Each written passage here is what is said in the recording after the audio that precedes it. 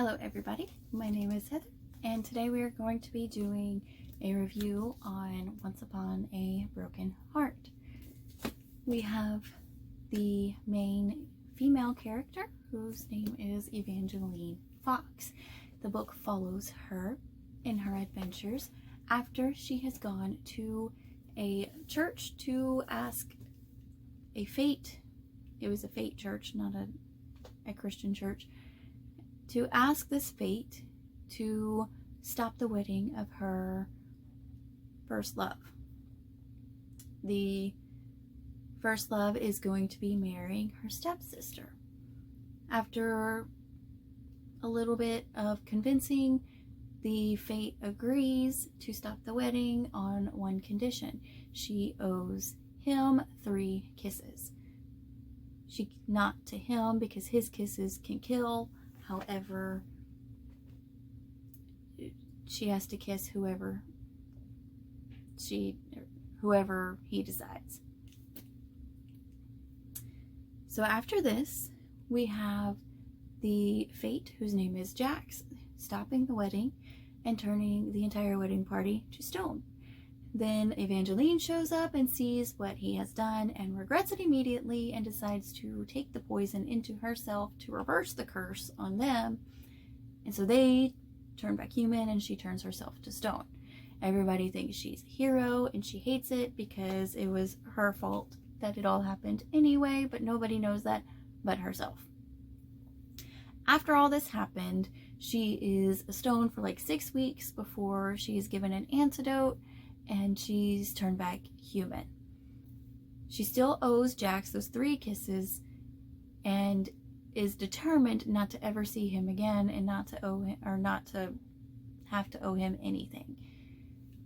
She then learns that there is a ball up in the north and she is asked to go by the queen or empress, I think it's queen, whoever is the ruler of her region, country, whatever. So she agrees to go with her stepsister. She wants to take her stepsister with her because her stepsister and her stepmother don't get along very well. Her stepmother is awful to the stepsister. So Evangeline is like, I'm going to be kind to her because I feel bad for ruining her wedding with Luke, which is her first love. And so they all both run away to the north. While there, they go to a ball. Evangeline sees Jax there. Jax requires her to kiss the prince, who's having the ball there to find a queen, a mate, a whatever, wife. So after all of this, Jax sees her and requires her to kiss the prince, and the prince ends up falling madly in love with her and asking her to marry him. Evangeline actually agrees because she's like, you know what? Yes, I'm going to agree to this because I want to start over. Maybe this can grow into something. And then she finds out that it was actually a spell put on the prince, that the prince doesn't actually love her, and so she asks Jax to remove the spell because it's not fair to the prince, because he doesn't actually love her, and all this other kind of stuff. Jax says, sure, whatever, after you marry him, I will. So he does. She marries him, he removes the curse, and then he falls down dead. It's after he dies, Evangeline has to run away because everybody thinks that she did it. And then she is on a quest to find the real killer. After the quest to find the real killer, all of this stuff happens. They go and meet a vampire because the vampire would surely know who it is. And the vampire does nothing. The whole vampire scene thing, honestly, I feel like was just pointless. The only thing that it did was it brought back Luke. You find Luke because he went to be a vampire to reverse the whatever happened to make himself beautiful again after being mauled by a wolf and being whatever it was, in love with the, being under a spell to fall in love with the stepsister. And all of this, you find out who it is and everybody else, and honestly, it was very predictable. Luke turns into a vampire, possibly. We don't actually know if he does. He was just bitten by the vampire, but he has to drink human blood before, which I guess technically he would be. Well, no, he's a fate though. He bit Jax, turned Jax into a vampire for like 2 chapters, and Jax is struggling with not biting Evangeline. I just didn't really care for that whole scene. It just felt forced, honestly. And after all of this, then you have Evangeline going, she takes Jax back to, or hides him in a store somewhere, bookstore, while she looks through all the books to try and figure out if there is some kind of spell to reverse true love, I think it was. I don't know. She's looking for a certain spell and doesn't find what she wants, but finds something that she needs. So she goes to back to the castle to confront, or not really to confront, but to undo the love spell that has been done on the other prince by her stepsister, because the stepsister is supposed to be the bad guy. And then you have all of this stuff happening, and then you come to the end and you find out that it was really the brother that poisoned the other prince by accident, because he was actually trying to poison Evangeline. And then you also find that it was Marisol, that, which is the stepsister, that actually put the love spell on Luke and put a love spell on the other prince. I can't remember his name. And so you have all of this stuff happening, and then Jax shows up, and Evangeline is going to meet him. She's fallen head over heels for him. You can definitely tell, because of, she doesn't want to admit it, but she kind of likes him. So she goes to meet Jax again, and is intercepted by, or taken somewhere else by, the knight that's leading her there, or leading her to where Jax is waiting. And the knight takes her to where the prince is actually, and he's still alive, and he's barely, like, he's in a steady state. And then she's sitting there, and for the next like 20 pages she's going through a complete monologue of all the things, like, wait a second, this happened and this happened and this happened. It's not Marisol, it's actually Jax. So we find out that Jax is really the bad guy. And then it ends with her walking into a library that's actually closed.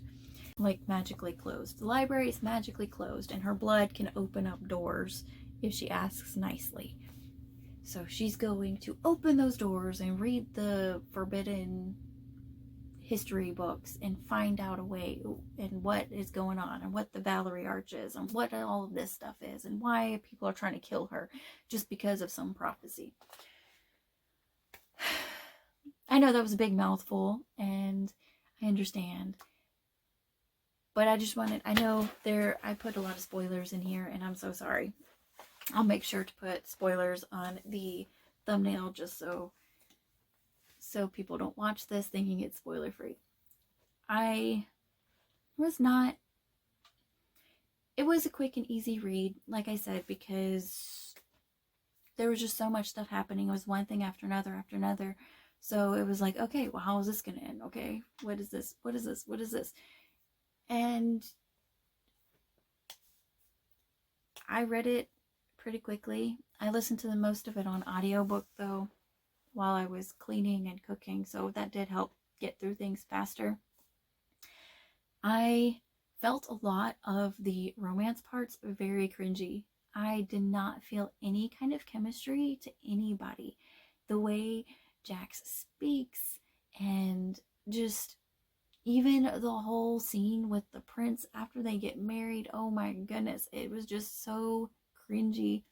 And what in the world is with a kissing chess set?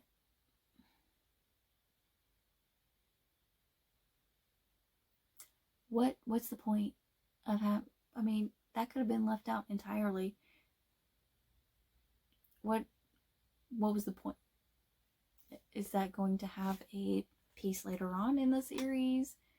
Maybe. But what was the entire point of having that chess set in there? There was nothing, and it was just cringy and gross.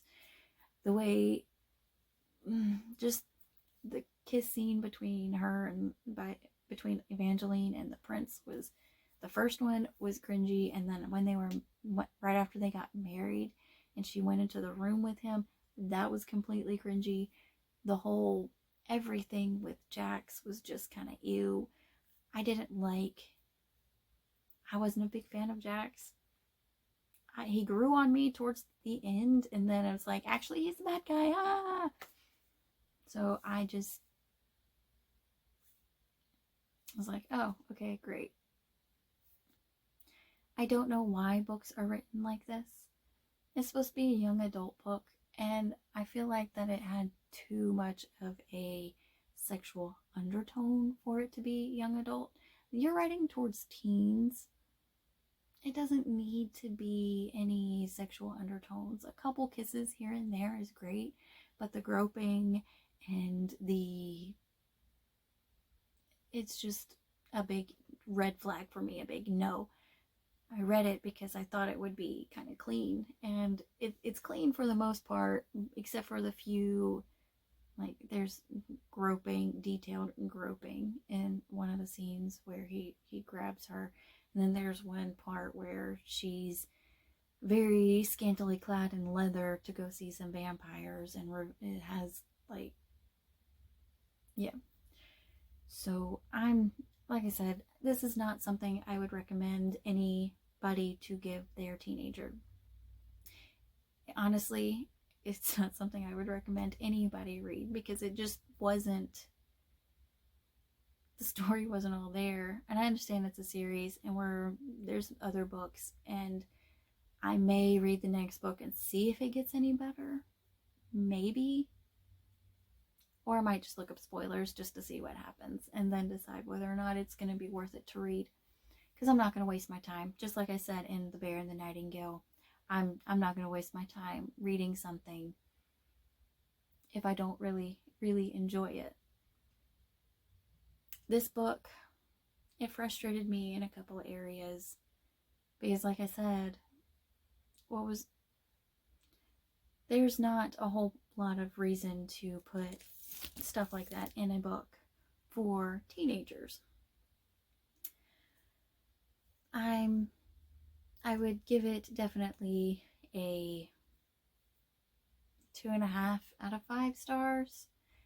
And I noticed I've been giving a lot of bad reviews here recently, but the first few books that I have read this year have not gone so well. And so I'm just, which is okay. I'm trying to figure out where exactly to go with my reading, and find some books, and read books, and to give you good quality reviews, and to let you hear the reviews and make your own decision on whether or not you want to read them, or you want your kids to read them. This book is interesting. It has a good plot. I enjoyed the plot, and honestly, I want to know what happens next, but the romance in it is so cringy that it makes me not want to watch it, or not makes me want to watch it. It makes me want to read it. But the romance in it is so cringy that I don't want to read it anymore, because it just is kind of gross. I'm not a big fan of this in young adult books. I understand that it's young adult, but young adult is geared towards teenagers, and to have stuff like that where it is very sexually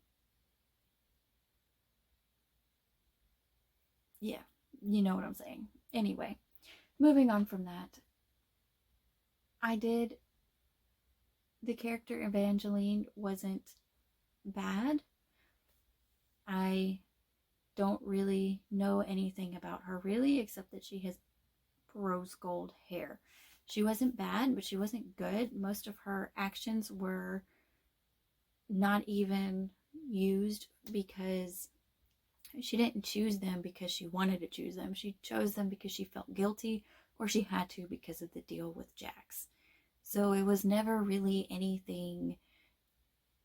She did something because it was innately good, or she did something because it was innately bad, or didn't do something because it was bad. She did it all because of either guilt or Jax's deal. So to me, it wasn't really anything great to read. So really that's it. It just really wasn't anything great to read. I'm not going to keep rambling on. If you want to discuss it in the comments below, and if you don't want to discuss it, that's fine too. Just like my video and subscribe to my page so you can see other videos that come out. And I will see you all next time.